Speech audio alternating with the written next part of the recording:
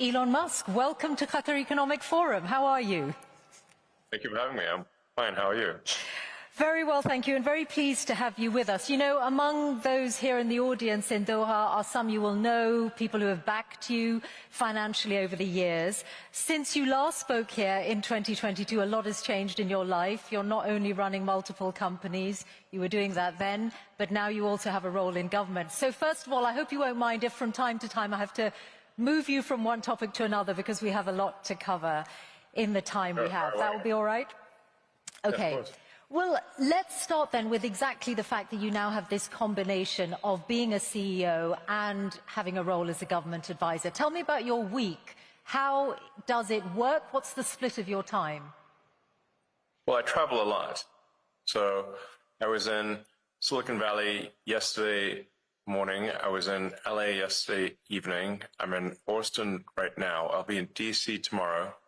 I'll be there having dinner with the president tomorrow night, I believe. And then a whole bunch of cabinet secretary meetings, and then back to Silicon Valley on Thursday night. But I mean the balance of your time, is it, well, clearly it's a lot, but is it still the case, as you said a while ago, that it's about 1 to 2 days a week on your government work? Yeah, that's correct. And what does that mean for your corporate life? Because if we start with Tesla, the company has suffered in recent months what you've called blowback. So what is your plan for turning that around, the declining sales picture, and by what stage do you think you're going to be able to turn it around? Oh, it's already turned around. Give me some evidence for that. I've just been looking at the sales figures for Europe in April, which show very significant declines in the big markets. Europe is our weakest market. We're strong everywhere else. No, our sales are doing well at this point. We don't anticipate any meaningful sales shortfall, and obviously the stock market recognizes that, since we're now back over $1 trillion in market cap. So clearly the market is aware of the situation. So it's already turned around. But sales still down compared to this time last year? In Europe. In Europe, okay. And yes, but that's true of all manufacturers. There's no exceptions. Does that mean that you're not going to be able... Does that mean... European market is quite weak. Okay, but you would acknowledge, wouldn't you, that what you are facing, okay, let's just take it as Europe, what you are facing is a significant problem. This Tesla was an incredibly aspirational brand. People identified with it, they saw it as being at the forefront of the climate crisis, and now people are driving around with stickers in their cars saying, I bought this before we knew Elon was crazy. And there are also people who are buying it because Elon's crazy, or however they may view it. So yes, we've lost some sales perhaps on the left, but we've gained them on the right. The sales numbers at this point are strong, and we see no problem with demand. So what do you... And I mean, you can just look at the stock price. If you want the best inside information, the stock market analysts have that, and our stock wouldn't be trading near all-time highs if it was not. If things weren't in good shape. They're fine. Don't worry about it. Okay. I was citing sales figures rather than share price. Well, tell me then how committed you are to Tesla. Do you see yourself, and are you committed to still being the chief executive of Tesla in 5 years' time? Yes. No doubt about that at all? Well, no, I might die. Okay, short of that. I can't be CEO if I'm dead, so there's a slight amount of... Does that mean that the value of your pay doesn't have any bearing on your decision? Well, that's not really a subject of discussion in this forum. I think obviously there should be compensation for, if something incredible is done, that compensation should match that something incredible was done. But I'm confident that whatever some activist posing as a judge in Delaware happens to do will not affect the future compensation. This is the judge who twice struck down the $56 billion pay package that was awarded to you. I think the value on the current value of stock options. Yeah. Not a judge, not a judge. The activist who is cosplaying a judge in a Halloween costume. Okay, that's your characterization. I think yes. On the current value of stock options, I think the actual justice according to the law.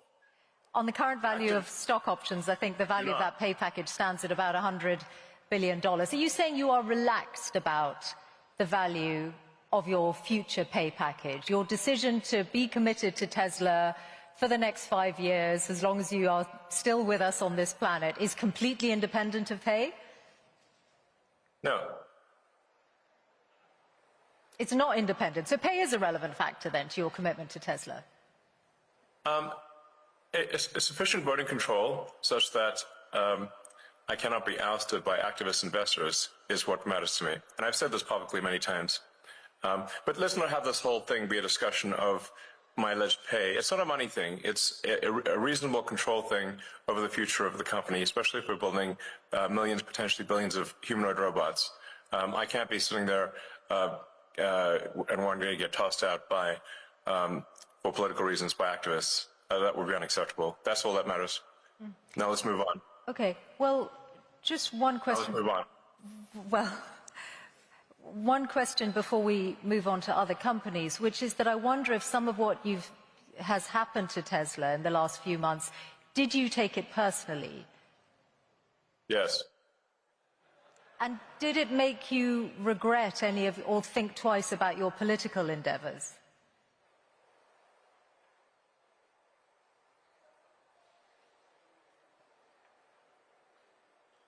Because it is. I did what needed to be done.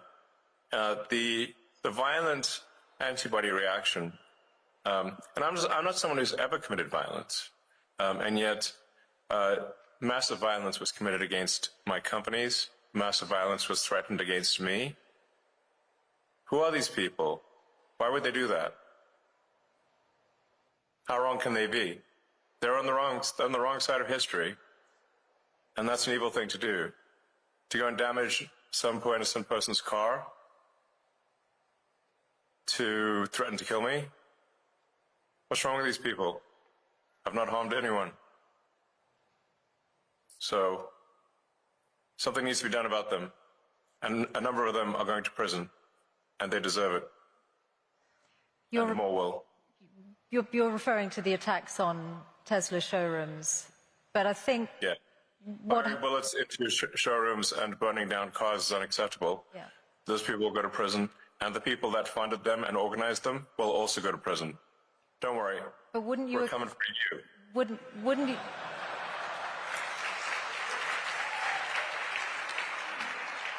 But wouldn't you acknowledge that some of the people who turned against Tesla in Europe were upset at your politics, and very few of them would have been violent in any way. They just objected to what they saw you say or do politically. Well, it's certainly fine to object to political things, but it's not fine to resort to violence and hanging someone in effigy and death threats. That's obviously not okay. That's absurd. That is in no way justifiable at all. In any way, shape, or form. And some of the legacy media nonetheless have sought to justify it, which is unconscionable. Shame on them. Let's talk about your other companies then and other business areas. SpaceX. I saw that you said in a speech at the West Point Military Academy recently that the future of warfare is AI and drones. And obviously defense is an increasingly booming sector with the state of the world at the moment. Do you see SpaceX moving into weaponized drones?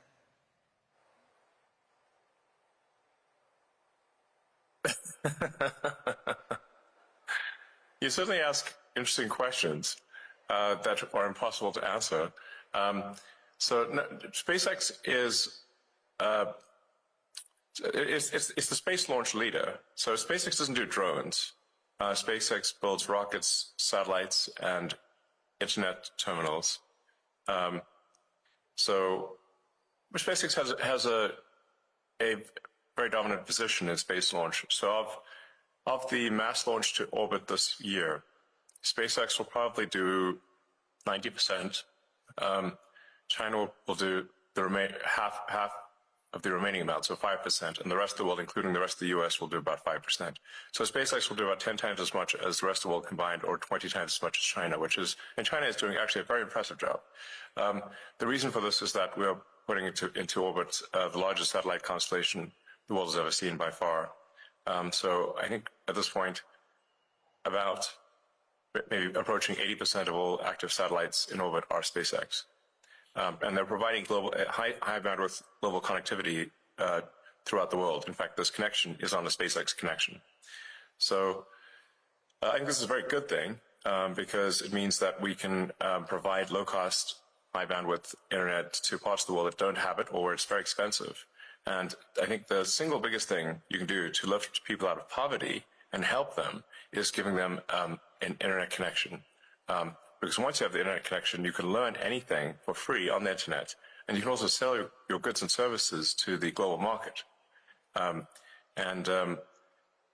Once you have knowledge by the internet and the ability to engage in commerce, that this is going to greatly improve quality of life for people throughout the world, and it has. And I'd just like to thank anyone in the audience who may have been helpful in,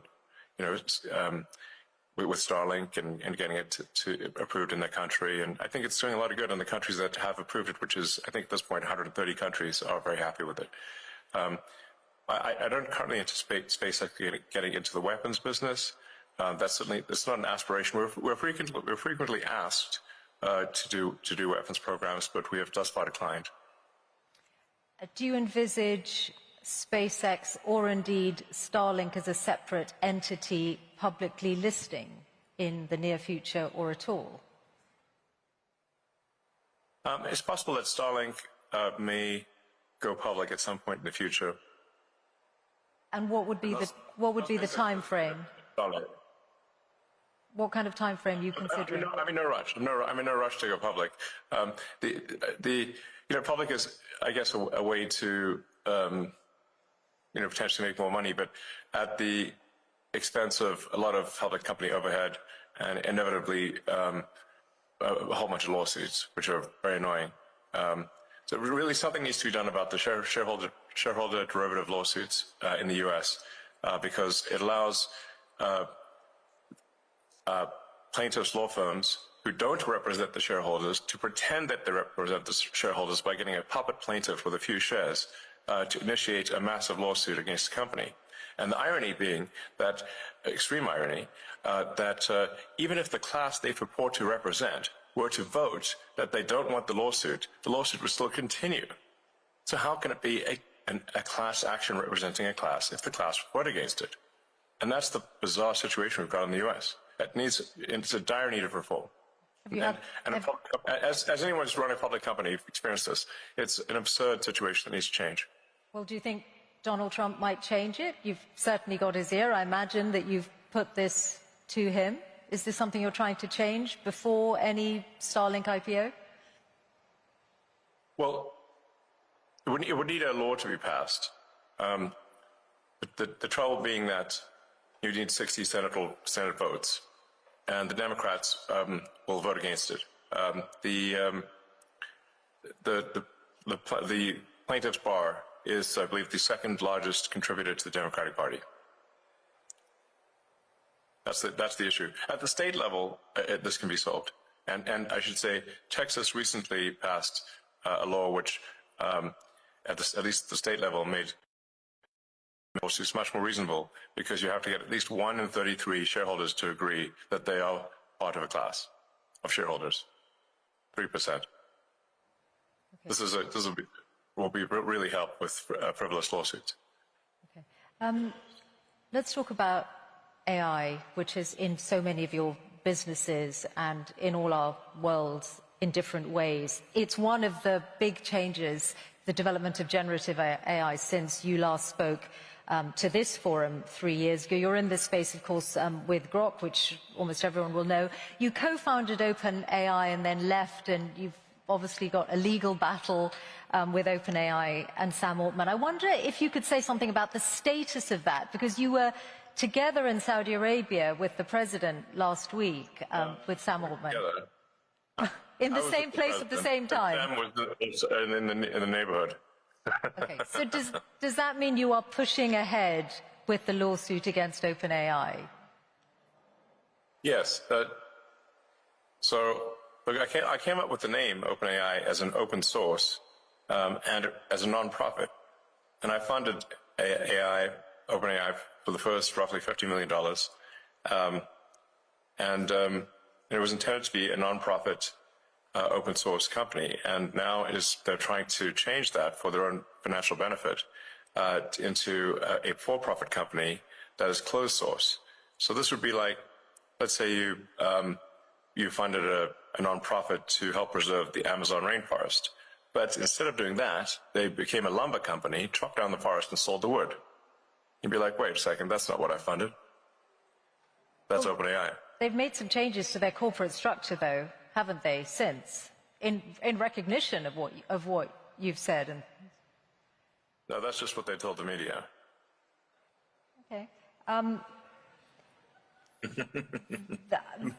They have partly walked back their plan to restructure the business. I guess that's made no difference to how you feel about it. So you're determined to see them in court? Of course. Okay. Well, that's certainly going to be one to watch. I also wanted to ask you about AI and regulation, because when you were here last talking to John Micklethwaite, you had some pretty strong words about the risk that AI poses, and you said that you really felt what the US was missing was a federal AI regulator, that, you know, something along the lines of the Food and Drug Administration or the Federal Aviation Administration. Now, you're clearly now in a zone where you're more on the cutting regulation side than wanting new regulators. So has your view changed on the need for an AI regulator? Well, it's not that I don't think there should be regulators. You can think of regulators like referees on the field in sports. There should be some number of referees, but you shouldn't have so many referees that you can't kick the ball without hitting one. In most fields in the U.S., the regulatory burden has grown over time to the point where it's like having more referees than players on the field. And this is a natural consequence of an extended period of prosperity. It's very important to appreciate this. This has happened throughout history. When you have an extended period of prosperity with no existential war, there's no cleansing function for unnecessary laws and regulations. So what happens is that every year more laws and more regulations are passed because, you know, legislators are going to legislate, regulators are going to regulate, and you will get the steady pile of more and more laws and regulations over time until everything is illegal. And let me give you an example of a truly absurd situation. Under the Biden administration, SpaceX was sued for not hiring asylum seekers in the U.S. Now, the problem is it's actually illegal for SpaceX under ITAR, International Traffic in Arms Regulations, to hire anyone who is not a permanent resident of the United States, because the premise being that they will take advanced rocket technology and return to their home country if they're not a permanent resident. So we're simultaneously in a situation where it is illegal to hire asylum seekers and is also illegal to hire asylum seekers. And the Biden Department of Justice chose to prosecute us despite both paths being illegal. Damned if you do, damned if you don't. But my question was specifically about a regulator for AI, which you said 3 years ago was needed, and you said we need to be proactive on the regulation of AI rather than reactive. Have you changed your mind on that? No, of course not. No, of course not. What I'm saying is that there should be some referees on the field, a few referees, but you shouldn't have a field jam-packed with referees such that you could not kick a ball in any direction without hitting one. So the fields that have been around for a long time, such as automotive, so aerospace, if the sort of food and drug industries are overregulated, but the new fields like artificial intelligence are underregulated. In fact, there is no regulator at all. So there should be. So do you still think that? Yes, I'm simply saying, which I think is just basic common sense, that you want to have at least you want to have a few referees in the field. You don't want to have an army of referees, but you want to have a few referees on any given field, in any given sport, or even any given arena, industrial arena, to ensure that public safety is taken care of. But you don't want to have so there's a proper number of referees. Like I said, it's actually very easy to visualize this when compared to sports. If the whole field is packed with referees, that would look absurd. But if there were no referees at all, your game's not going to be as good. Okay, so let's then talk about your new world, your role advising government. You are in this unique and unprecedented position of having billions of dollars worth of contracts with the federal government yourself, mostly through SpaceX, and also now an insider's knowledge of it because of DOGE. Can you see that there is a conflict of interest or a potential conflict of interest in broad terms just through that very fact? I don't think so, actually. There have been many advisors throughout history and the U.S. government and others who have had economic interests. And I am simply an advisor. I don't have formal power. And that's it. The president can choose to accept my advice or not. And that's how it goes. If there's a single contract that any of my companies have received that people think is somehow not was awarded improperly, it would immediately be front page news, to say the least. And if I didn't mention it, certainly my competitors would. So if you're not seeing that, then clearly there's not a conflict of interest. There's another way, though, to look at it, that, for example, you have many competitors, whether it's companies like Boeing or companies who would like to do more of the kind of work you do for NASA, Blue Origin, Rocket Lab, and because DOGE is in every federal government department, you or people who work for DOGE, and you are the driving force behind it, have an insight into those companies' affairs and those companies' relationships with the federal government. No, all we do is we review the organization to see if the organization has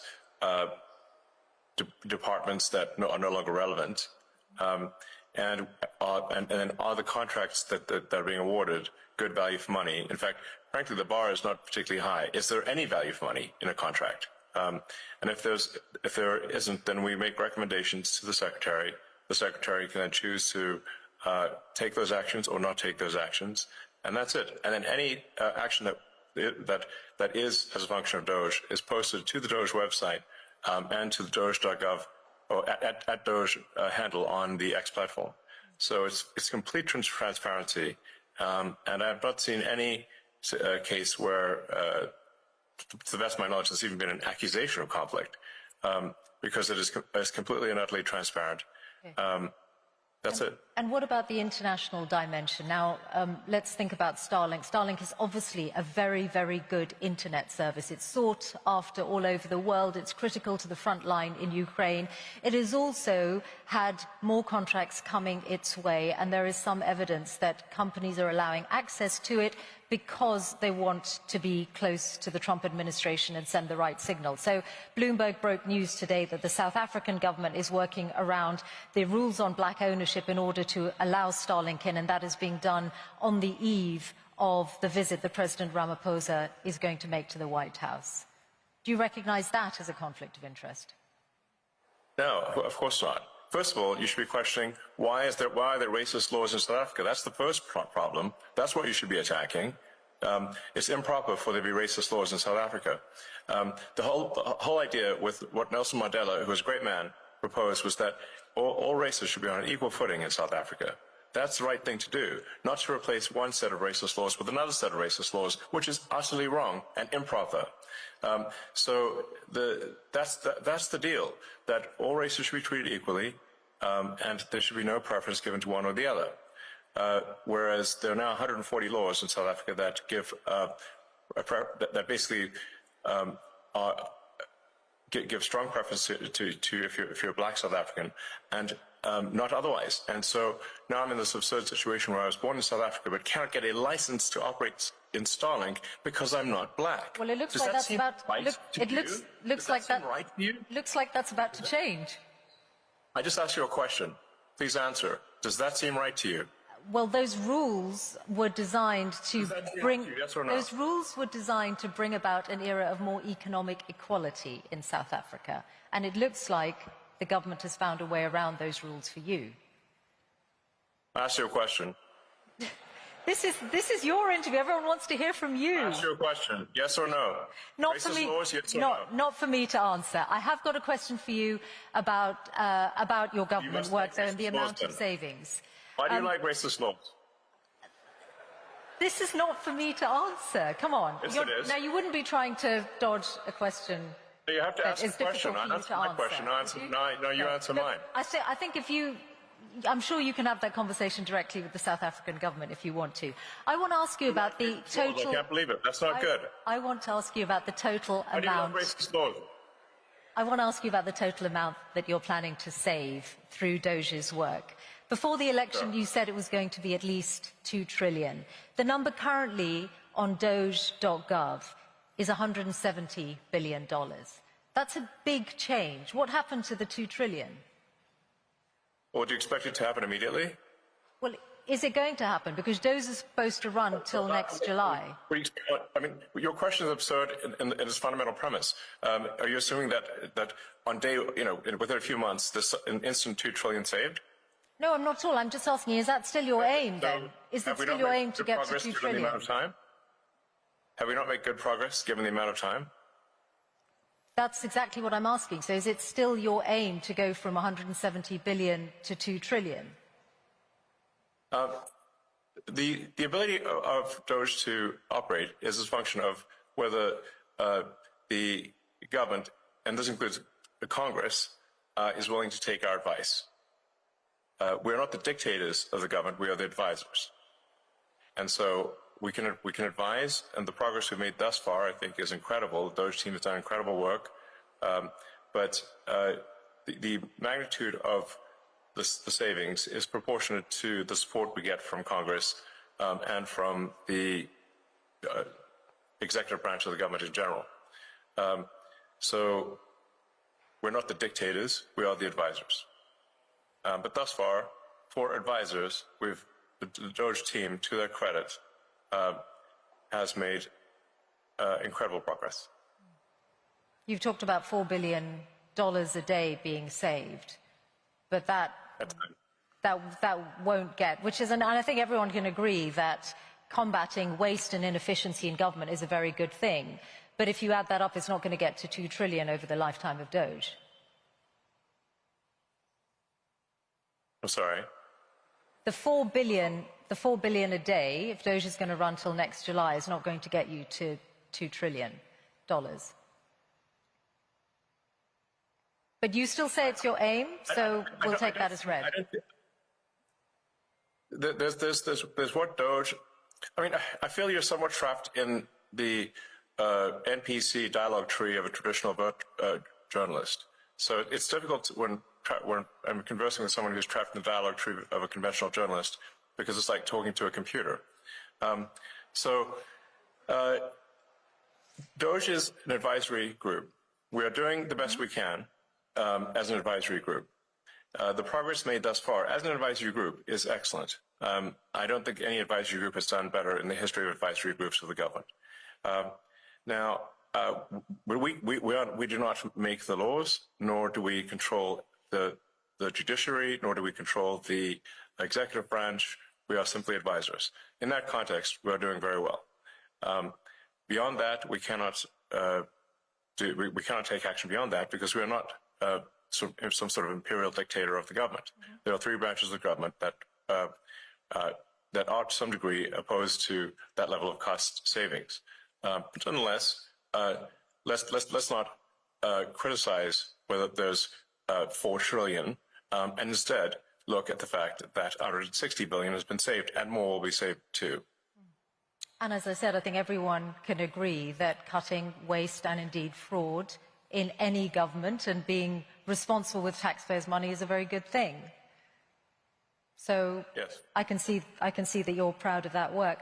I do want to ask you about USAID and the comments that Bill Gates made the other day, and I know that you called him... Yeah, he's a huge liar. I know, you've said that already. I wondered... also, and I'm just... Who does Bill Gates think he is to make comments about the welfare of children, given that he frequented Jeffrey Epstein? Okay, well... He said he regrets those, and he spent a lot of his own money on philanthropy around the world over the years. My question to you is: have you looked at the data to check if he might be right that the cuts to USAID might cost millions of lives? Yes. I'd like him to show us any evidence whatsoever that that is true. It's false. What we found with USAID cuts, and by the way, they haven't all been cut. The parts of USAID that we found to be even slightly useful were transferred to the State Department. So they've not been deleted. They've simply been transferred to the State Department. But many times over with USAID and other organizations, when they said, "Oh well, this is going to help, children, or it's going to help some." Disease eradication or something like that. And then when we ask for any evidence whatsoever, I say, well, please connect us with this group of children so we can talk to them and understand more about their issue. We get nothing. They don't even try to come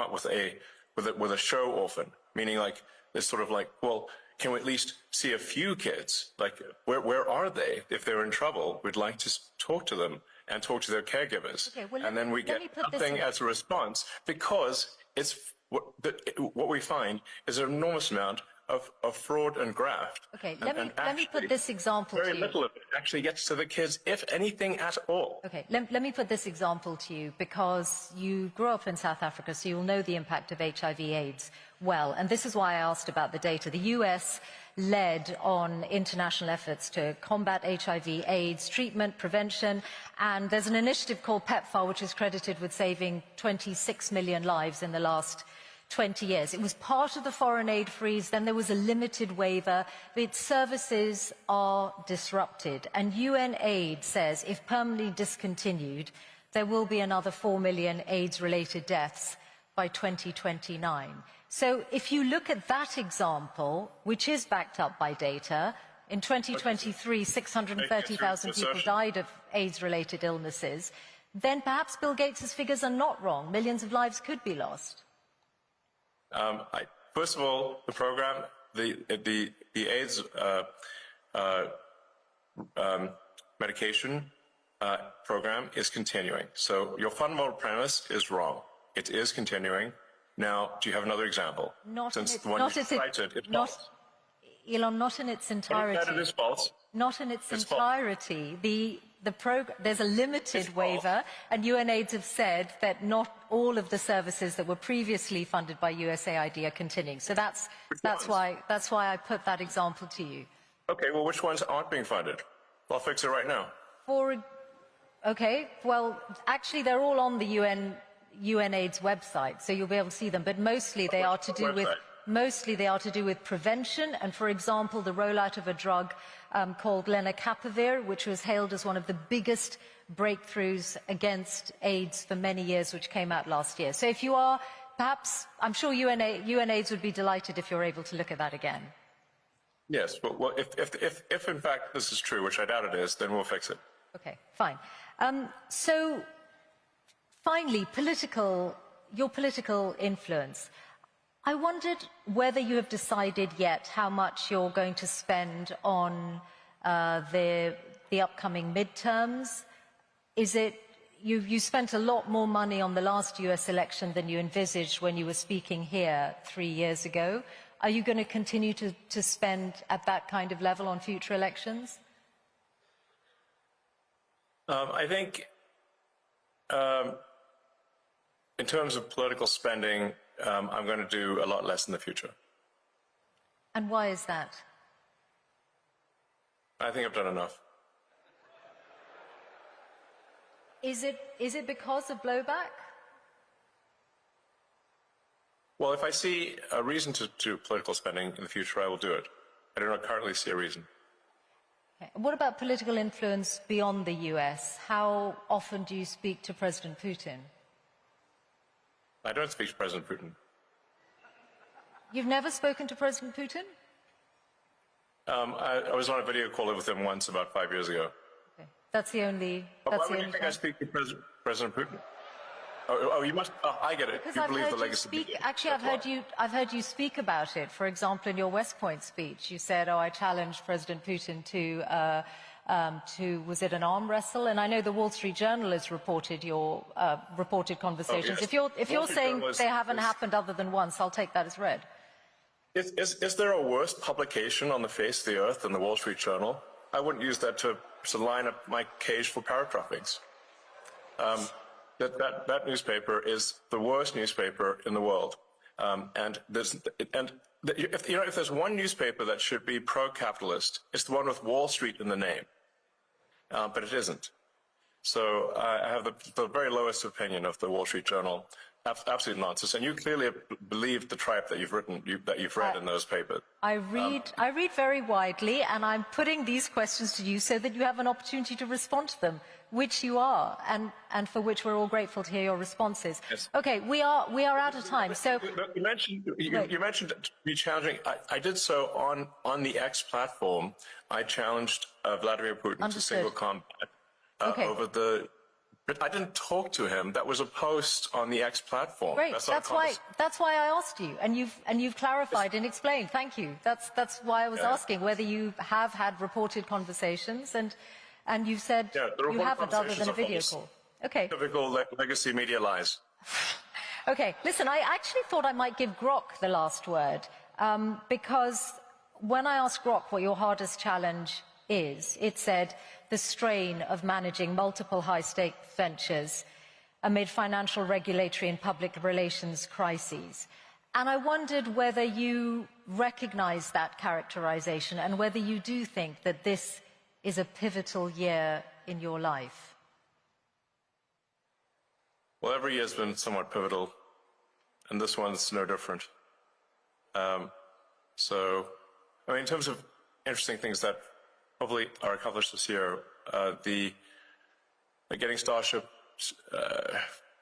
to be fully reusable, so that we catch both the booster and the ship, which would be the first fully reusable orbital rocket ever in history, would be a profound breakthrough, as the essential breakthrough necessarily to make life multiplanetary and ultimately become a spacefaring civilization. We've got Neuralink, which is now helped 5 patients restore capability using the telepathy implant, where they're able to control a computer simply by thinking. We'll be doing our first patient to restore sight with our blind sight implant, which is either end of this year or early next. In fact, that first patient might be in UAE, since we have a relationship with UAE and the Cleveland clinic there. I think on the AI front, we are close to what you might call AGI, or digital superintelligence. I think we are seeing an explosion in digital superintelligence here. And then we've got at Tesla we'll be launching unsupervised autonomy, basically self-driving cars with no one in them, in Austin next month. So it's a big year for sure. Many other things in the works too. Okay. I'm a technologist first and foremost. Elon Musk, thank you very much for joining us here at Qatar Economic Forum. Thank you. 节目最后，如果本期资讯对你有所帮助，请您点赞、评论、订阅并打开小铃铛，这样您就不会错过本频道的最新内容。谢谢。